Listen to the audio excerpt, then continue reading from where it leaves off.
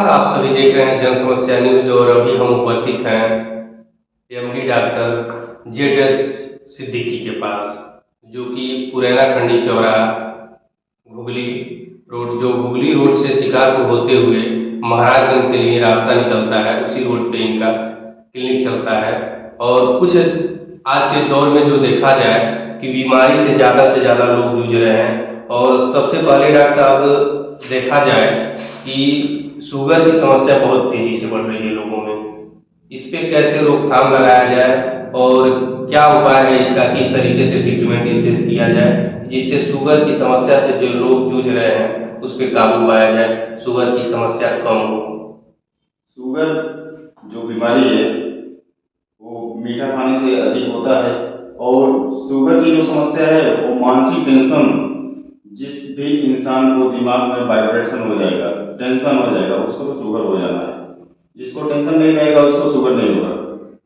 जो 8 घंटा से कम सोएगा उसको शुगर हो जाएगा। समय से खाना खाइए, समय से पानी पीजिए, ठीक ना। और मीठा सामान कम खाइए। मीठा सामान कम खाएंगे तो डायबिटीज मतलब शुगर न होने की संभावना रहेगी।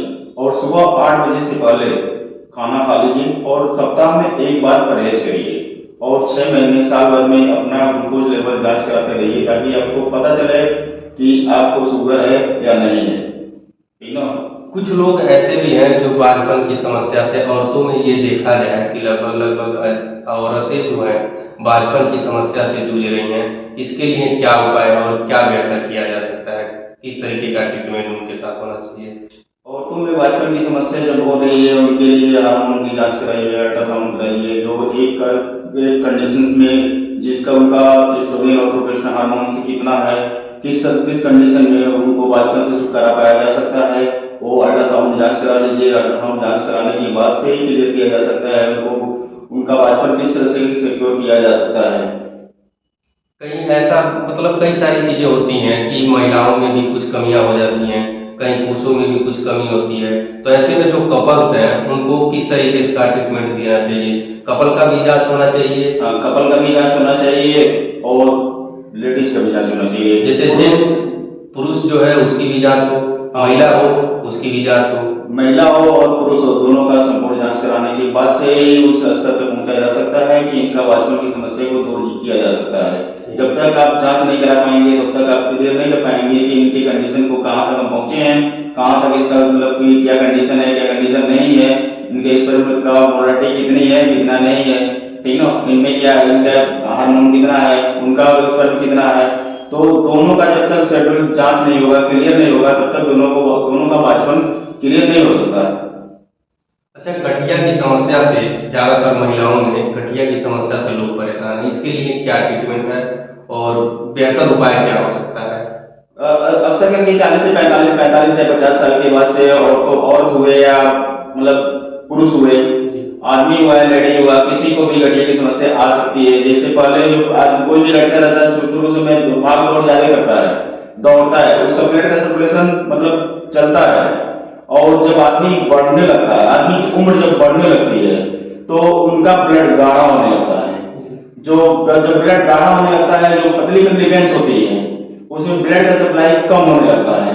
जो ब्लड की सप्लाई कम होने लगती है, जहां उन्हें पटकान देता है, गांठें पकड़ लेता है और गठिया की समस्या उत्पन्न हो जाती है। इसके लिए खून को पतला करने के लिए आप मेडिसिन लीजिए। घरेलू उपाय भी कर सकते हैं जिससे कि आपका ब्लड पतला हो और गठिया से छुटकारा पा सकते हैं। तो गठिया के लिए आपका अंग्रेजी दवा सही रहेगा या फिर आयुर्वेदिक? अंग्रेजी दवा खाएंगे तो रिस्पांस तो मिलेगा, लेकिन मान लीजिए कुछ साइड के लिए मिलेगा, फिर उसके बाद हो जाएगा। इसके लिए आयुर्वेद से ही संपूर्ण इलाज किया जा सकता है। हाँ, तो गठिया खत्म हो जाएगी। इसके लिए आप मेरे वहां पर संपर्क कर सकते हैं। किसी भी पेशेंट को लेकर आइए, गठिया को संपूर्ण इलाज करा करके लेकर जाइए। गठिया का इलाज आपके वहाँ मतलब? हाँ, हमारे गठिया का इलाज होता है। किसी भी आदमी को, किसी भी आदमी, जैसे मान लीजिए कोई भी लड़का होगा या लड़की हुई 1 से 25 साल तक, वो लोग दौड़ते घूमते जाते हैं और 25 साल के बाद में जैसे दिनचर्या बढ़ने लगती है वो लोग आराम करने लगते हैं। जब आराम करने लगते हैं, जहाँ सर्कुलेशन कम होता है, ब्लड वहां पहुंचना कम हो जाता है। पतली पतली वेंस जो होती है उसमें ब्लड का सप्लाई कम होने लगता है और वहीं पर गांठ में दर्द बनना स्टार्ट हो जाता है। जब खून नहीं मिलेगा तो आदमी चलेगा कहाँ से, वहीं पर नसा फूल जाती है और गांठ पकड़ लेता है, चलने में असमर्थता हो जाती है।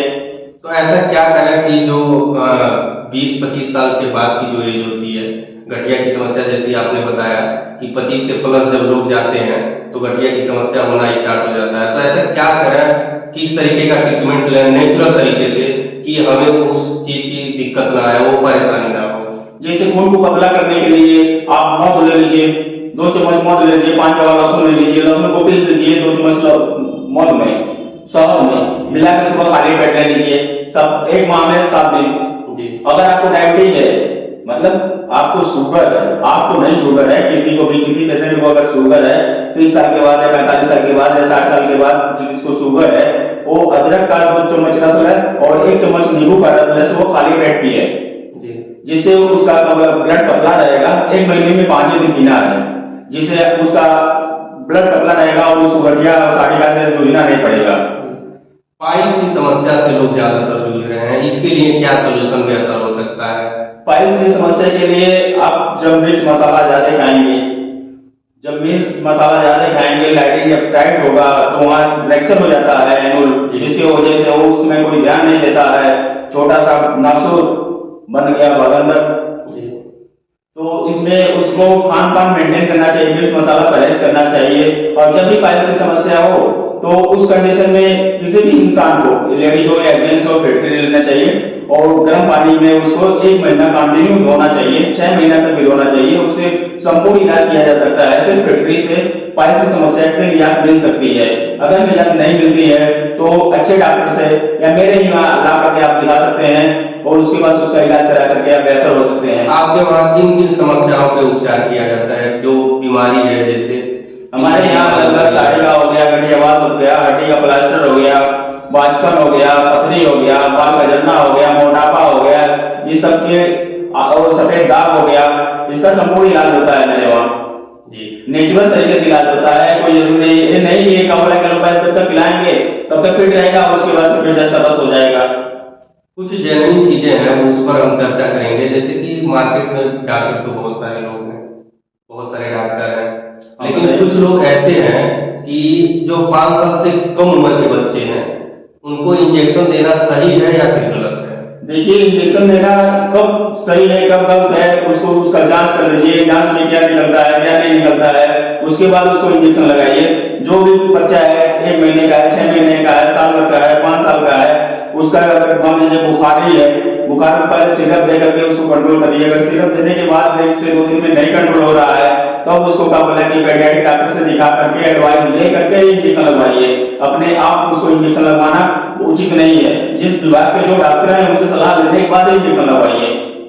जब मेडिकल पर जाते हैं लोग तो बहुत सारे ऐसे मेडिकल स्टोर्स वाले हैं जो कभी ये जानने का प्रयास नहीं करते हैं कि इनको कितना डोज चाहिए, किस हिसाब की दवा दें, विदाउट डोज का दवा दे दिया जाता है, जिससे पेशेंट को कभी कभी ऐसा होता है कि जैसे इन्फेक्शन हो जाता है, किसी तरीके का बॉडी में सूजन आ जाती है।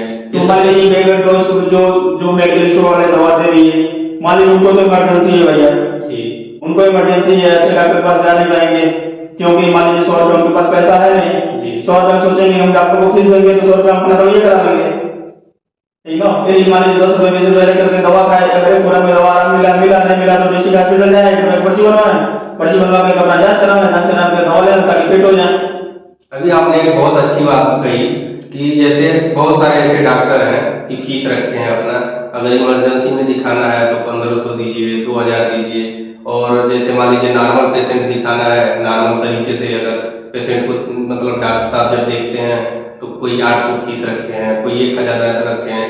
क्या ये आपके नजर से क्या लगता है, ये चीजें होनी चाहिए या फिर? अच्छा बताइए, आप भी जो भी लड़का शुरू से पढ़ाई करता है जी, पढ़ाई करता है जी, पढ़ाई करने के बाद पहले तो उसको एमडी करेगा, फिर वो 6 साल एमबीबीएस की पढ़ाई करेगा, एमबीबीएस किया, बीएचएमएस किया, बीएमएस किया, बीडीएस किया या बीयूएमएस किया, 2 बजे रात तक तो पढ़ेगा, फिर उसके बाद तो छोटी नहीं मिलेगी, फिर 1 साल का इंटर्नशिप करेगा, इंटर्नशिप करने के बाद तब जाकर रजिस्ट्रेशन कराएगा, रजिस्ट्रेशन करा करके आगे तब अपना क्लिनिक खोलेगा, फिर पीजी नीट की तैयारी करेगा, तब जाके एमडी में एडमिशन होगा, 3 साल उसका शेड्यूल मिलेगा, फिर 2 बजे तक घर में मिलेगा बैठ करके किताब लेकर के, मोटी मोटी किताब लेकर बैठ के पढ़ाई करेगा। तो आप भी बताइए उस समय वो क्या करेगा, वो फीस नहीं लेगा तो फिर भैया क्या करेगा बताइए आप ही। नहीं, आपका कहना सही है, लेकिन बहुत सारी ऐसी चीजें हैं कि जो नहीं होना चाहिए। अच्छा, एक हॉस्पिटल है, उस हॉस्पिटल जो हॉस्पिटल संचालित है, वहाँ पे कई सारे ऐसे हॉस्पिटल होते हैं कि आप जाएंगे अंदर तो गंदा गंद दिखेगा, कहीं ना कहीं साफ सफाई नहीं रहता है। क्या इससे जो पेशेंट है वो पेशेंट और सही तरीके से ठीक होंगे या फिर बीमारी के कारण? जिस हॉस्पिटल में कमरे की गंदगी होती है, उस हॉस्पिटल में उसके शाखा उसके प्रबंधक को चाहिए कि वो उसको टाइट करे, ताकि वो डस्ट उठ जितना भी गंदगी है वो सफाई रहे। सफाई रहेगा तो पेशेंट यानी मरीज जल्दी से क्योर होगा, जल्दी ठीक होगा। आप ही कपड़ा पहने हैं जी, एक दिन कपड़ा पहने हैं, 2 दिन पहने हैं, 3 दिन पहने हैं, तीसरे दिन जब पहनेंगे कपड़ा, अपना कपड़ा ही आपको मतलब अजीब टाइप लगेगा। तो जिस बेड में पेशेंट सोया है उस घर में झाड़ू पहुंचाने लगेगा, उस घर में क्या बोला कि डस्ट रहेगा, वो पेशेंट को और इन्फेक्शन बढ़ने लगेगा। तो इससे बेटर है कि अगर आप कहीं पहुंच रहे हैं, कहीं देख रहे हैं ऐसा की व्यवस्था है, वही आपके हॉस्पिटल में डस्ट टेस्ट को कृपया करके साफ कराइए, ताकि आपका पेशेंट जल्दी ठीक हो। पेशेंट जो है मरीज है, भगवान का दूसरा रूप होता है। अब कौन जानता है कि पेशेंट है कि भगवान है? आखिर उसको बचाया जा रहा है। सब लोग कहते हैं डॉक्टर भगवान है, डॉक्टर कौन है? पेशेंट ही भगवान है। नहीं, आपका कहना सत्य है कि कहीं ना कहीं लोग कहते हैं भाई डॉक्टर एक भगवान के दूसरे रूप हैं, क्योंकि जो मरीज जाता है डॉक्टर साहब के पास तो ये आश्वासन रखता है, एक विश्वास रखता है कि हम डॉक्टर साहब के पास जा रहे हैं तो कहीं ना कहीं हमारा बेहतर ट्रीटमेंट करेंगे, इलाज करेंगे, जिससे हमें जो समस्या है, जिस समस्या से जूझ रहे हैं उससे हमारा कहीं ना कहीं निदान होता है। तो इस नजरिए से लोग देखते हैं कि भाई डॉक्टर को भी एक भगवान का दर्जा देते हैं लोग। डॉक्टर को लोग भगवान का दर्जा देते हैं, लेकिन डॉक्टर लोग मरीज को भगवान का दर्जा देते हैं कि हमारा भगवान आया है, इसका हम सेवा करें, तब उनको बीमा मिलेगा। जी, ये आपका कहना तो सही है। कहीं ना कहीं मानव सेवा जो है वो सर्वोपरि है, मानव सेवा ही ईश्वर सेवा है। और रही बात की आपका कहना सत्य है, लेकिन एक चीज समझ नहीं आ रहा है कि डॉक्टर साहब ये जो बच्चों का ट्रीटमेंट चल रहा है, बच्चों का ट्रीटमेंट चल रहा है, तो इस पे कई सारी चीजें ऐसी होती हैं कि इंजेक्शन लगाते हैं लोग, तो बच्चों में इन्फेक्शन आ जाता है और भी कई सारी चीजें। इसका वजह क्या हो सकता है? मान लीजिए बीमारी कुछ और है, इंजेक्शन कुछ और लग सकता है, इन्फेक्शन हो सकता है। अच्छा, एक चीज बताइए, कहना तो नहीं चाहिए लेकिन फिर भी मैं कह रहा हूँ, ये जांच का विषय है कि नहीं? जो इतना तेजी से लोग डॉक्टर बढ़ रहे हैं, पढ़ाई लिखाई है कि नहीं है? 1 साल 2 साल किसी जगह प्रैक्टिस कर ली और प्रैक्टिस के आधार पे उनका क्लिनिक चल रहा है, कोई हॉस्पिटल खोल करके चला रहा है और पेशेंट देख रहा है। किसी तरह कभी हाल ही में महाराजगंज जिले में कई हॉस्पिटल पे ये घटना हुई कि वहां पे पेशेंट मर गया, और पेशेंट मरने के पश्चात डॉक्टर का कर्म ये होता है कि भाई अगर पेशेंट मर गया तो उसके घर वालों को सुपुर्द करें, उनके घर वालों को बुला कर देते हैं, लेकिन हॉस्पिटल छोड़ के लोग भाग गए। क्या ये सही है? जब अप्रशिक्षित डॉक्टर रहेंगे तो हॉस्पिटल छोड़ के कभी करेंगे। जब प्रशिक्षित डॉक्टर रहेंगे तो पहले का बोला उनको गार्जियन को बुलाएंगे, भैया आपका लेवल एक कंडीशन है, आपका पेशेंट का लेवल एक कंडीशन है, एक कंडीशन में आपको दिक्कत हो सकती है, आपको वन स्पॉट मेडिकल कॉलेज लेके जाना पड़ेगा, यहाँ पे रुकने से आपकी दुर्घटना हो सकती है। अप्रशिक्षित डॉक्टर जब जितने अप्रशिक्षित डॉक्टर हैं, मान लीजिए हॉस्पिटल खोले हैं या क्लिनिक खोले हैं, वो लोग मतलब दिक्कत ला सकते हैं। और जो प्रशिक्षित डॉक्टर हैं वो कंडीशन को जान रहे हैं, इनका हार्ट इतना काम कर रहा है, इनकी बॉडी में इतना खून है, इनको ये बीमारी है, पूरी संपूर्ण जांच कराने के बाद ही उसका इलाज करते हैं। आप अप्रशिक्षित वाले जो आया भैया चलो पेट है ठीक हो जाएगा। कुछ ऐसे डॉक्टर हैं जैसे समस्या उनको समझ में नहीं आती है फिर भी उसका इलाज करते हैं, क्या ये सही है? उनकी लापरवाही है। समस्या नहीं समझ में आती है तो उनको दवा नहीं करना चाहिए, डिस्ट्रिक्ट हॉस्पिटल जाकर कंसल्ट लेना चाहिए, अपने सीनियर डॉक्टर से मिल लेना चाहिए, या नहीं कुछ समझ में आ रहा है तो उनको सीधा सीधा मेडिकल कॉलेज भेज देना चाहिए, भैया जाओ मेडिकल कॉलेज में तुम्हारा संपूर्ण इलाज हो जाएगा। डॉक्टर साहब बहुत बहुत धन्यवाद आपका, और मैं अपने दर्शक बंधुओं से कहना चाहूंगा यही कि अगर आपको किसी भी तरह का कोई दिक्कत है, कोई समस्या है, तो डॉक्टर साहब का नंबर है, उस नंबर पे आप कॉल कर सकते हैं और डॉक्टर साहब से मिल सकते हैं। और डॉक्टर साहब एक बार पुनः अपना परिचय दे दें। मेरा नाम डॉक्टर जेड सिद्दीकी है, मैं पुराना खंडी चौराहा में बैठता हूँ। मैं BHMS MD किया हूँ और संपूर्ण इलाज करता हूँ, जैसे साड़िका हो गया, गठियावात हो गया, पथरी हो गया, बाजपन हो गया, सफेद दाग हो गया, पाइल्स हो गया, बलंदर हो गया, बाल का झड़ना हो गया, मोटापा हो गया, इत्यादि सबका इलाज संपूर्ण ढंग से हो जाता है मेरे वहाँ।